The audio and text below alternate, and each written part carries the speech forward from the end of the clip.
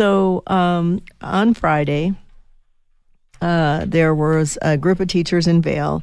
If I hadn't received so many texts about this, I just have to say, all the facts aren't out, so I think we jump to conclusions. But at the end of the day, it appears as though math teachers in the Vail School District wore T-shirts. I think it says problem solvers on their shirts, which, as I've mentioned many times, my dad used to tell me everything was a math problem. After he retired from being an engineer, he was a math teacher for kids who were having a hard time with math. He was such a great teacher. He loved teaching kids concepts that they could solve problems. However, these problem-solving shirts had blood all over them. There's all kinds of stories out about it. And the teachers are now being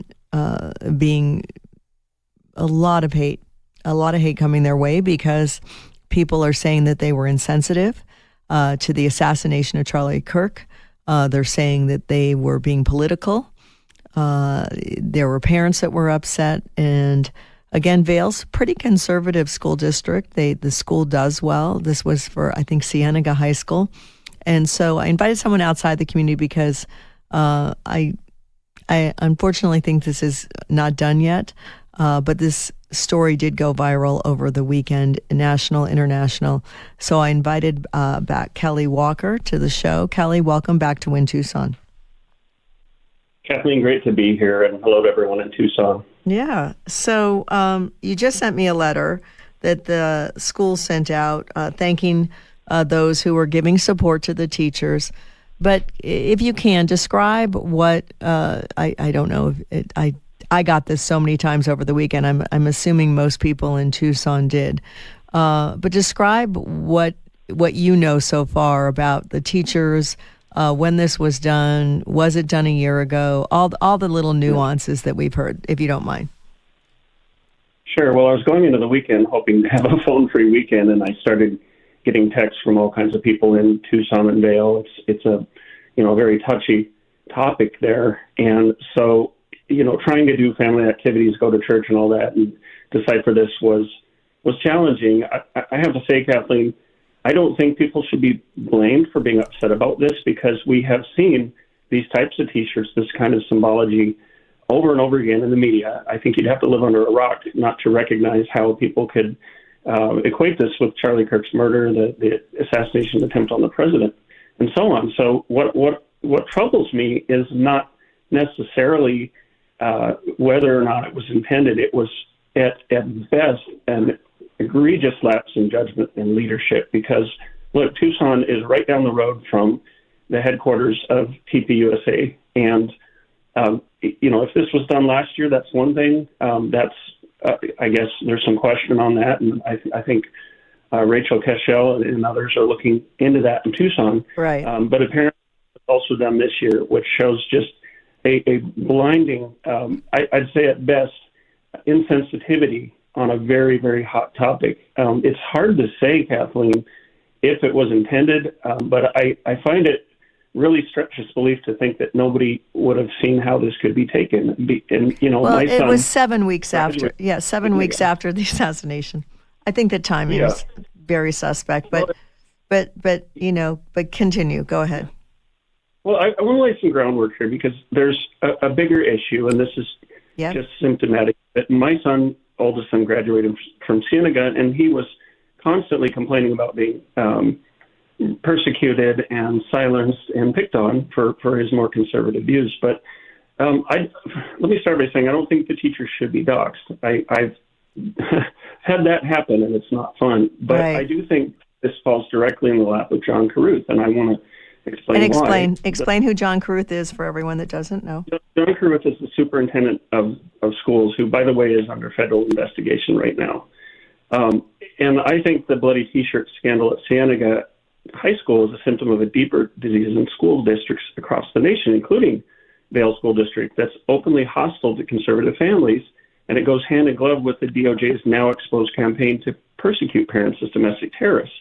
And John Carruth was front and center in that. And so what I've seen is a pattern from him where he will wink or nod at things that are very upsetting to one side, and then turn around and blame the people for being upset. So this culture started when Carruth let his district become a stage for the federal war on parents, silencing students, sidelining families, enabling, I'd say, extremist left-wing ideology to flourish. When parents started showing up at school board meetings to object to COVID policies that were driving kids to suicide, and when they objected to woke ideology, sexualized context, the DOJ under Merrick Garland labeled some of these parents, including me, as potential domestic terrorists based on a letter that the National School Board Association issued and later apologized for. Now, John Carruth was at the center of that, and he used the same playbook. He didn't condemn this, he defended it. If you look at his statement in response to this, he did not apologize to anyone who was offended, anyone who felt unsafe. I mean, if your teachers are wearing T-shirts like this and somebody that's very prominent in your community was just assassinated and murdered, now he's going out, they're sending out letters. The same thing they did when they participated in the targeting of concerned parents as so-called domestic service terrorists. He's blaming them. They're putting out statements, oh, violence won't be tolerated and our teachers are threatened. It's the same narrative he did. Well, and Kelly, unfortunately, we have to take a quick break, but I want to pick it up right there. It's a very short break. When we come back, it's not, I think what causes the problem is a lack of understanding of why this is so upsetting to people.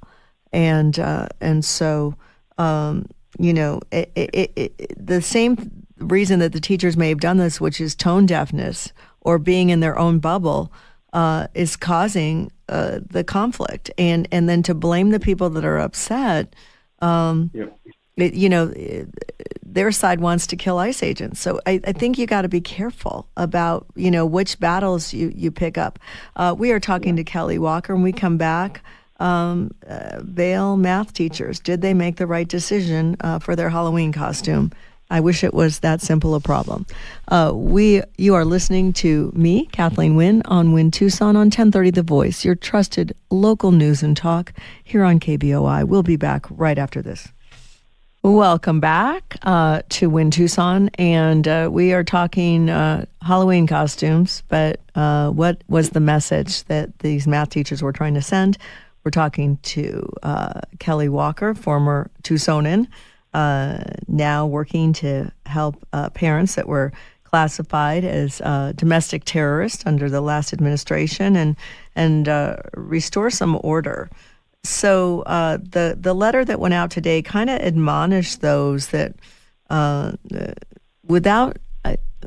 think what he's protecting his teachers as the superintendent, obviously, but I think they put out something that said that tried to give explanations about why they did this. They'd worn these shirts before, blah, blah, blah.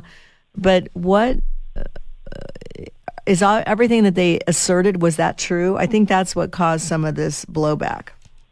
The thing is, the left and people, maybe even just, you might say Democrat people, I hate to lump people together, but there's been a consistent pattern of persecuting people when they wear Trump hats or American flags and different things.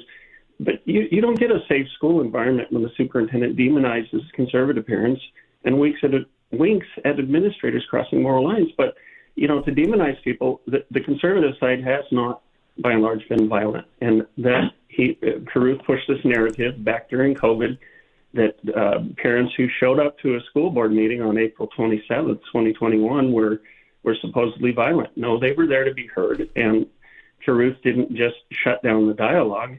He went and colluded with Merrick Garland's DOJ to portray these parents as domestic terrorists.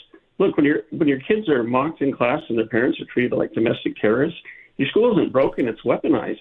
Right. So it's a two-tiered, and it's a consistent pattern of no matter what people who are against Trump or against conservatives do, we're going to make an excuse for them, and then we're going to turn around and blame the people who are upset and portray them as potentially violent. Do you know that whole domestic terrorist narrative didn't lead to one single federal indictment?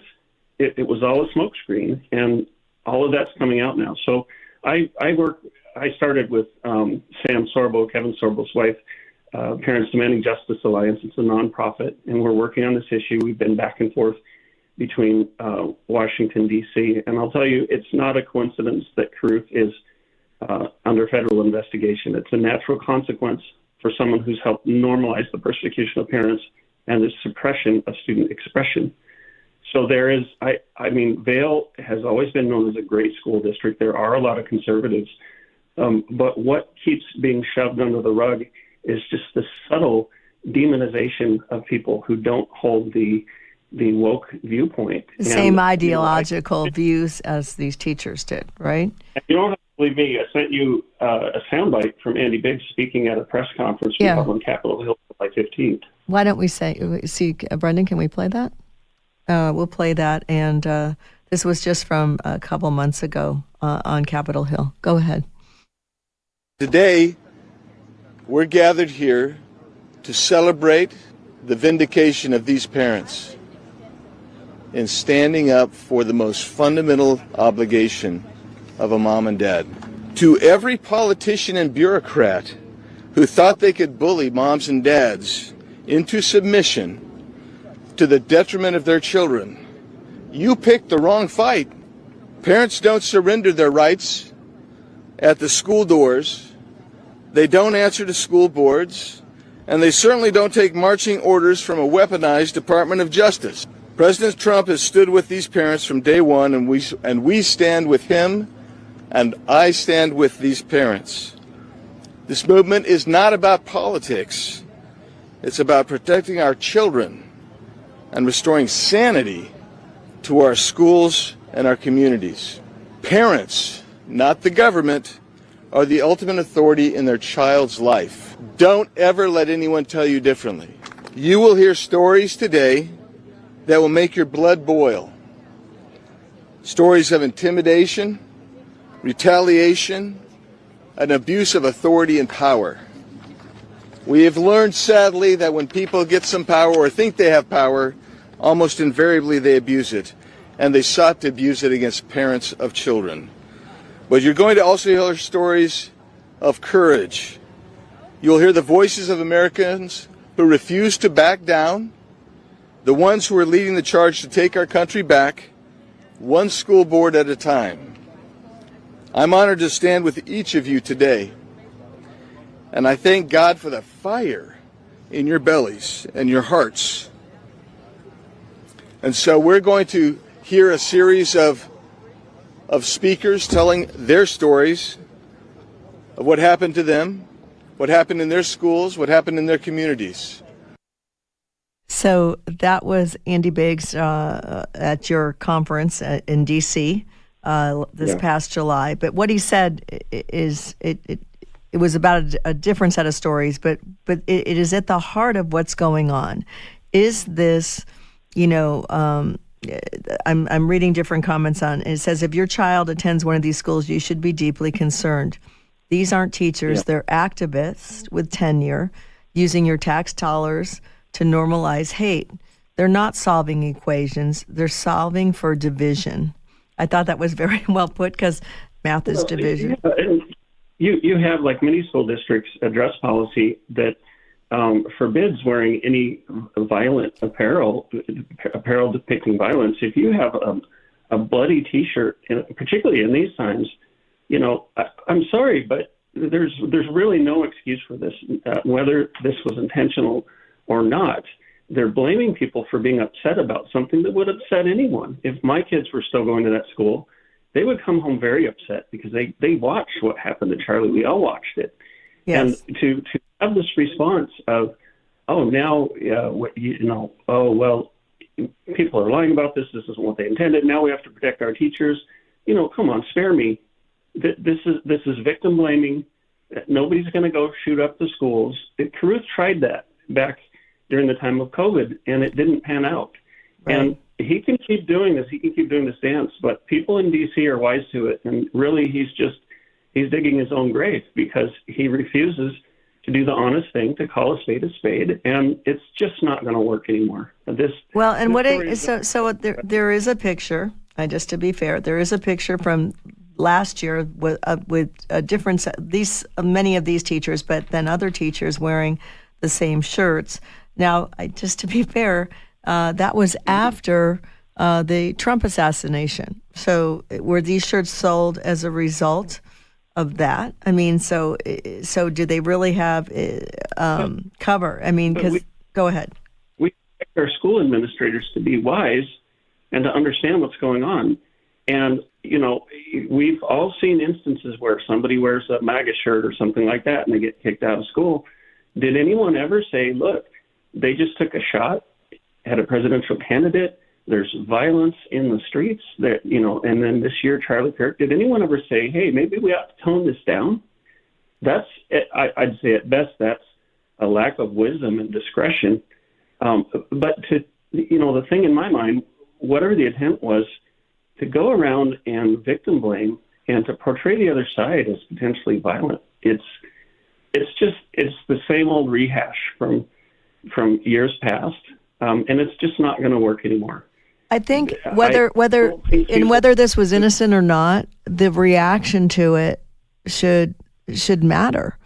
And people should be told, I understand why you would think that. We should really talk to our staff because this is a certain kind of tone deafness we can't have right now. So if Carruth had said, yeah, we understand where you're coming from, we understand how you might think that. I don't think they intended it, but let's sit down and have a talk. But no, it's instantly portraying the other side as a threat. And it's just people aren't believing that anymore. It's a worn out trope. And, we're going to get to the bottom of all of this because people might say, well, this is a federal issue barreling away after the parents. No, they corroborated and collaborated with local officials like Carruth. We have the emails, we have the receipts. So, fortunately, I worry, Kathleen, because people who I think are sensible, rational, responsible human beings were horrified and shocked by that as we were. And now they're trying to make them feel guilty. No, this is not on those people. This is on a school administration that lets something get way out of control and refuses to take responsibility for it. Well, I think that, people are calling now for resignations for and not just the teachers, but for school administrators. The fact that they have, defended the teachers. I think there was not enough apology, I think, because with this going viral, things don't go viral unless there's something egregious. And I believe, unfortunately, right or wrong, the decision that these teachers made, they now know the cost of, being a public figure. I don't think that was their intention when they put these shirts on. I think it was like an inside joke and a joke maybe about math problems. Who knows? Because I think that, unfortunately, they've now learned their lesson, math or not. The numbers would purport that they are that their story did not add up. So we have to take a break, bottom of the hour news hour, and then when we come back, we'll talk to Kelly Walker about Arizona elections. We've got a lot to cover in this last half hour to make sure that you in Tucson, City of Tucson, get out and vote. You are listening to WIN Tucson on 1030 The Voice, your trusted local news and talk. We'll be back right after this. Don't go anywhere. I love it. Yes, please don't misunderstand bloody T-shirts that say problem solved after an assassination that had billions of views. I think it was a miscalculation. It was bad math. What else can I say, Kelly? And we were talking to Kelly Walker. Good choice, Brendan, on the song. For sure. You have to have humor. If all else fails, let's laugh. Not at the seriousness of the situation. We need parents to be in charge. And if parents felt that this was out of bounds, don't try to talk your way out of it. Exactly. Admit, hey, we screwed up here. We did. They did. Yeah. And if those T-shirts came out last year after the Trump assassination, he lived. So it was problem solved. with a bloody T-shirt from people, same side, by the way, that they shot at Trump. He turned his head. It wasn't funny then. It isn't funny now. And is that the lesson that we want to teach our kids? Freedom of speech is important. But in the context in which this is, there's a bigger picture. This isn't just about solving math problems. This is about a trusted adult. Go ahead. It's a double standard. And, it's kind of a red herring now.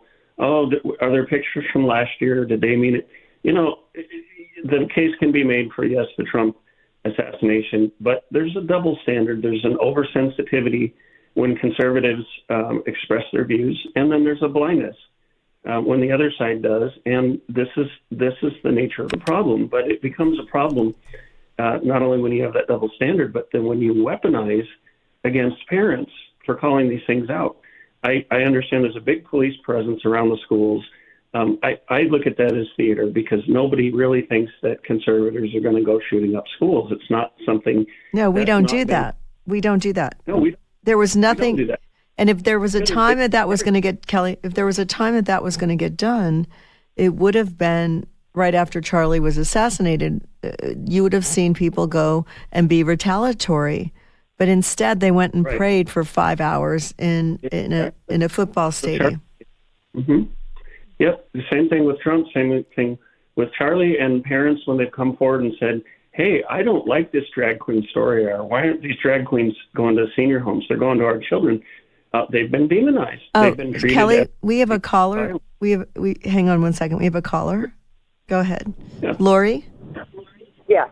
Welcome to WIN Tucson. Yes. So let's take Charlie Kirk out of the situation, or the current situation, since the teachers said they had done this last year. So if that's in fact the case, then are these teachers trying to promote school violence? Because from what their shirts say, problem solved, it looks like the way we solve problems is through violence. And with the amount of school shootings we have had, thank you. This is a horrible message to send to our teens or anyone else. Let's say you just go to the grocery store. It doesn't matter. So we're solving violence through shooting? Yeah. That's the message that should be gotten across. It's coincidental, I get it, that Charlie Kirk was assassinated 2 months ago, but what you're saying is 100% spot on, because it isn't, and they're saying that they used these shirts last year, and the analogy I was making, because they were put on Amazon after the Trump, that's when those shirts became available, was last July. So, but let's take the politics out of it, because we do, look at the violence. Like we had young students killed in a church recently. We have shootings all the time, and I agree that it was ill advised. And I think what bothers me more than anything is the administration. No one wants to admit that they've done anything wrong. I've got students up in Chandler, Arizona, that were molested by a teacher, and the administrators that knew that this was going on and didn't interview the kids are now trying to get their credentials restored. And they know that they did wrong because their attorneys did some tricks. Like, stop it. We need people to stand. They need to be held accountable. Lori, anything else? Go ahead, Lori. And I think that the principal, the administrator of that school, is ultimately responsible. Now, this is the second year that this group of teachers have been promoting violence to solve a problem. I think maybe the administrator needs to lose her job because she obviously doesn't have a good perspective, or he does not have a good perspective on our society's problems. Lori, thank you so much for your comments. We appreciate that. You're welcome. Kelly? Lori, I think those are fantastic comments. I think that's a very reasonable view. And for me, it's the response by the district that's so troubling. And Lori, and anybody listening, I would encourage you to go to realfreedomtalk.com and look up our Parents Demanding Justice Alliance page and dig deeper and see there's a dossier of parent testimonials from across the country of being treated in this way. And we have, youth that are celebrating Luigi Mangione assassinating someone on the street. We have people glorifying violence that people, because of, maybe transgender issues or political issues, think it's okay and heroic to go out and shoot somebody. So, to portray these parents who are justifiably very upset at this. Look, conservatives are tired of being threatened and shot at. I've gotten letters threatening to kill my family mailed to my home. A lot of these parents on the dossier, every single one of them has been threatened simply for speaking out. And one parent recently in Florida, her teacher, her son's teacher, allowed the class to vote him most likely to become a Nazi and called him a Nazi file. The persecution is going on, but there's a kind of silent assent to this where we're going to treat certain people with kid gloves and we're going to portray others as violence. That's the true danger.